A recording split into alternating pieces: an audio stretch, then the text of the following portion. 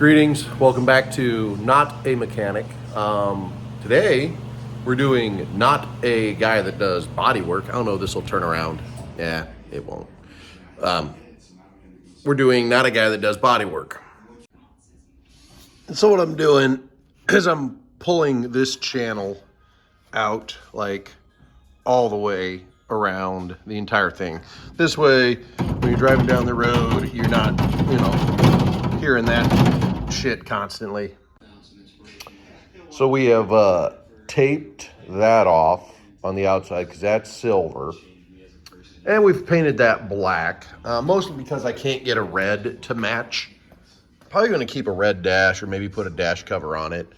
But I did that red last year. And it's going to be a problem. So because of that, I see a red door and I want to paint it black. That's what we're doing. We've also put in all new trim around here. So that's kind of nice. You know, the whole thing won't wobble as we go down the road. So there's that. Kind of nice. So yeah. You see, not bad. Not bad. Key being that we got that all nice and tight so that when we go down the road, it doesn't flop.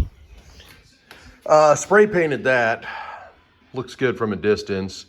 Do I want to replace that with black? Probably. Do I want to spend 70 bucks on new ones? No. So we're probably going to be doing that. All right, not bad though, not bad. Look at that, look at that. She's looking pretty. Pretty. It's very bright, it's very chilly. It is Saturday morning in Fargo, North Dakota. That's Frankie. Frankie just had knee surgery, and she's peeing now too. Probably should scoop my step here first. Now, what is it that we're going to be working on this bad boy? Well, very simple actually. Let's go over here and put the juice down. The juice. Okay. So, when you get in here in this thing, I'm taking the dash apart again, but one of the main issues right now is the fuel error light that comes up. Yeah. What that is I have screwed up some wiring, shocker, at some point last year, and I need to fix it. So that's one of my main things I need to get done to be happier driving this truck. So we're gonna try and do that today. Let's see if I can just screw the whole thing up and have to start over. Now, of course, one of the key issues is that little gold thing you see there. That's where the wire, you can kind of see the red wire back there. That's what that has to reattach to when I'm done. So ultimately, turn that off. That will be the thing that is the death of me. Everything else is just checking this wire versus this wire, seeing if it's got power. But then trying to get it back on that little knob, because we all know getting it back on the little knob's tough. Anyway, that's gonna be the toughest part. Right, Franks? All right. And in this thing, oh, there it is right there in front. I was gonna make this whole thing like I gotta try to find my wire tester thing. And it was right there. One of the first issues, get a little light on it. One of the first issues is that ball of wires. So I've got a dual tank wiring system here, and that pink line you see there, that's going to the left-hand tank. I'm not sure if that's the actual wire. I'm shaking, sorry. I'm barely holding on to that with one hand. I'm not sure if that wire is actually the wire that's supposed to go there. So we're gonna try to figure that out. Yeah, that big hose is like, it's rubber fuel line there. So judge me, whatever, I don't care. It's fine, it's all fine. Was having problems getting the ohm reader, voltage reader to work. Was putting it right on the battery. Couldn't get it to move. You know, this one requires a battery.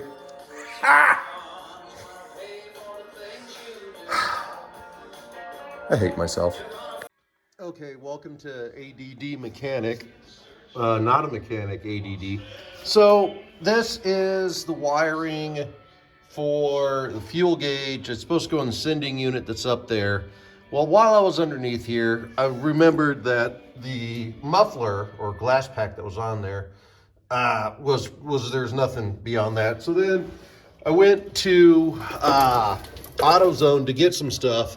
I couldn't find the connector I needed, so I ended up buying the stuff to redo the exhaust. So as you can tell, yeah, redid the exhaust. So am I a professional exhaust guy? No. I need to like attach it and stuff, but hey, it's at least not just blowing exhaust up through the holes in the back of the truck now. So there you go. Battery's been dead, so I have not been able to start the truck, but we're going to start it today and see what the new exhaust sounds like. This could be bad. Says it's a very aggressive muffler.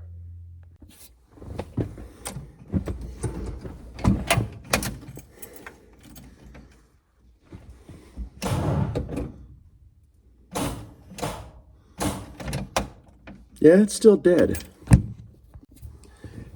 Put the jumper box on it, see what the hell happens.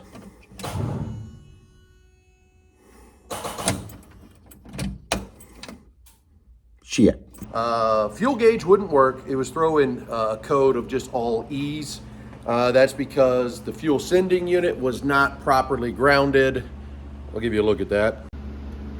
So you can see way down in there. Let me get my light on this. All right, yeah, you can kind of see the, hold on. All right, you can kind of see a yellow stud all the way down. There it is. All right, so that yellow stud you see down at the bottom, that's the top of the fuel sending unit.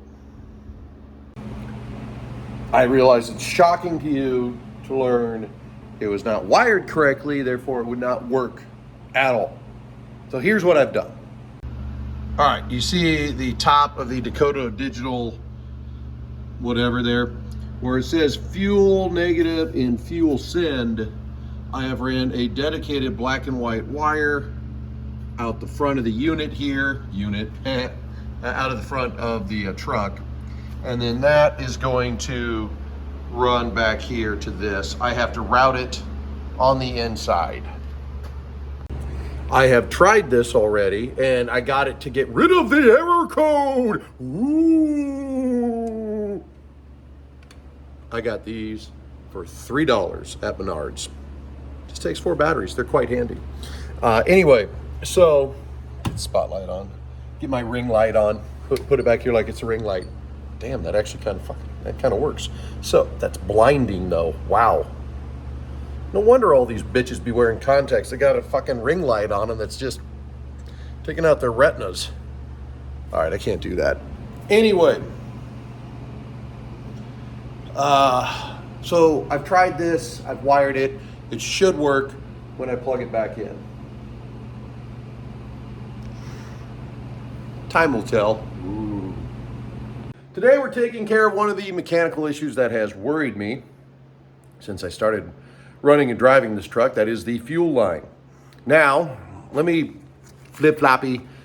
I'll show you what we've done.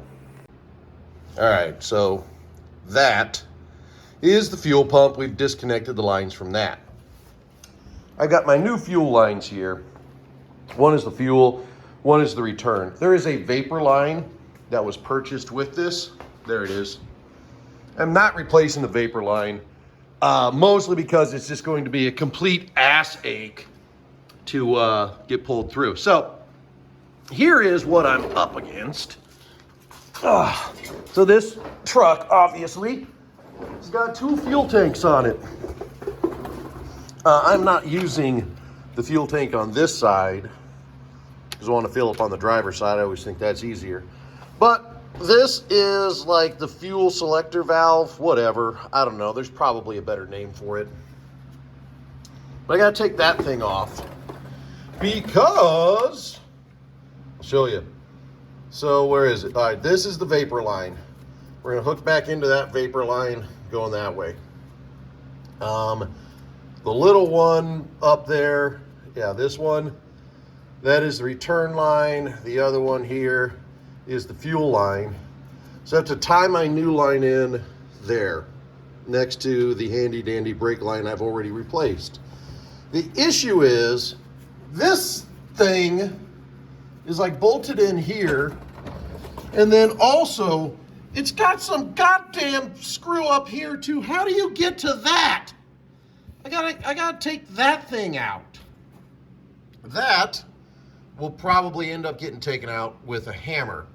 So I will update you, let you know how this goes. And then I'm replacing the cross lines here, crossover lines. As you can see, they are a little rusty, and I did not want to run my fuel through those lines last summer. So in classic Jason Danley form, we half-assed it, and we just ran these fuel lines across from the tank that's over there. Skipped these fuel lines, had a hose. Where'd the hose go? There's the hose. Had that hose protecting the line because I half-assed it just so I could drive it last summer. So that is today's project. We'll see if I get this shit done. But of course, we still have this problem. See that, that's off. See, on, yeah, that's how they're supposed to run. On, off. You just slow down. Now we fix this problem by just completely pulling the fuse, but that's not a long-term solution. So it's the other thing we got to fix today. Fun. Holy shit, kids. I think I figured it out. Off. All right, what'd we do? All right, so I actually took this to a place here in town, and they said, oh, you got it wired wrong. So they rewired it, and then they stitched it into something else down here. Well, it was wrong. They had these wires going up here to the wiper motor. And this controls, this area controls what we call the park switch. So my understanding is there's always power going to this, and these park switches reduce the voltage or shut the voltage off so there's no power going to it. And those were wrong, so there's always this tiny bit of power going through to it. So I switched them around. I've got it just kind of hot wired right now, but that appears to have fixed it. And I don't have those hooked back up because these are for the squirter on my windshield, which I'll never use because this is the thing for it, and it's not even hooked up anymore. So I'm not even gonna hook that up in case it screws anything up, because all I care about is when it rains, is there a windshield wiper? Okay, we're gonna let that finish like gluing itself together, whatever you want to say, bonding, setting. The next thing we're gonna do, gonna clean this up. Kind of got not necessarily a rat's nest of wires, but we need to clean that up. And then we'll reinstall gauges. We'll put that back on there, get all that stuff put in, and then we will get the new dash put in today. That is the plan. Ugh.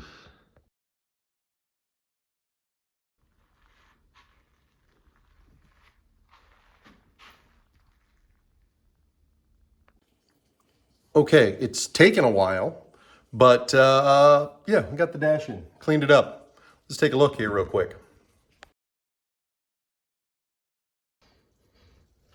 Now this is not a, well, whatever. It's not a full-on dash replacement. It's a cover. If you look very carefully back there, you can kind of see a little bit of red right there. It's the old dash. So this just slid right over the old one. And you can see it fits fairly well. And with the black bezel, everything kind of just flows in there real nice. Is it perfect?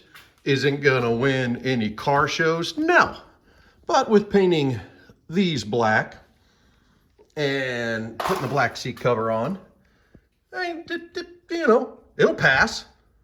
Nobody's gonna get into this and go, ew, it's so gross in here. Because that was kind of the case before. So we just kind of spit shined her up here a little bit. See your reflection up there in the old ceiling. something like that. But yeah, all right, not bad, not bad. And the windshield wipers work. So there you go. Okay, today is March 19th, 2022. And the project today is going to deal with changing the oil, replacing the oil pan gasket, cleaning some stuff up underneath there, and then also going to try to replace these the door jambs. Or I guess I should say the door jamb switch. Replace those so the old lights will work. We got a little leak underneath here. Let's see. There it is. Got a little leak under here, as you probably can see. Now, I believe it's coming from the oil pan, so we're gonna change the oil, take the gasket off while we're there, and hopefully it's kind of the last semi-major project and we can drive it. So anybody who has viewed this channel will not be shocked by this. All the bolts are out, and yeah, the oil pan is stuck, and it looks like it's stuck because there was some sealant used to make sure she sealed up real good. And so now I got to try to get that unstuck. Okay, so this is the new gasket thing, whatever. Just came in that box. And so that's how it's supposed to sit on there. There's a specific installation. Oh, what was I looking for? Okay, there's that thing. All right. So we got this pretty well cleaned up underneath here. Let's take a look.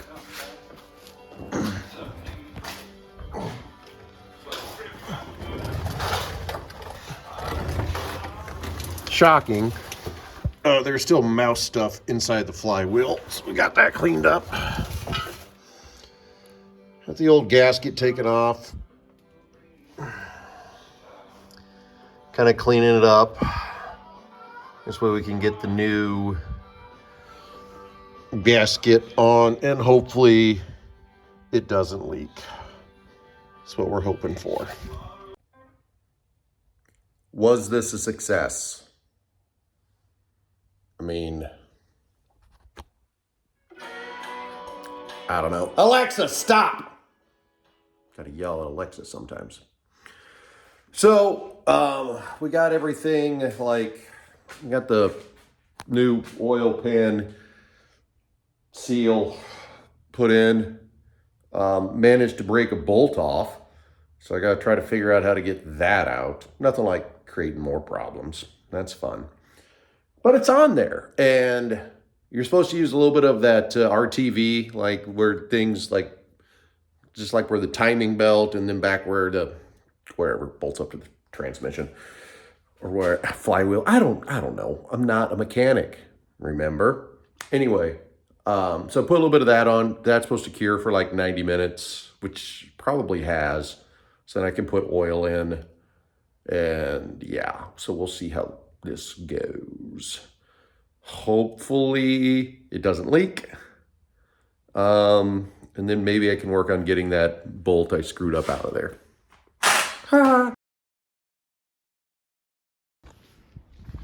Well, we're going to end up the jack stands. We cleaned the windows. We've hooked everything back up. We're going to take it for a drive to see what sort of crazy leaks we have. Okay, I realized I did a terrible job explaining some things. So on a quick drive here. All right, so we got the fuel gauge working. That was one of the major projects, as you can see.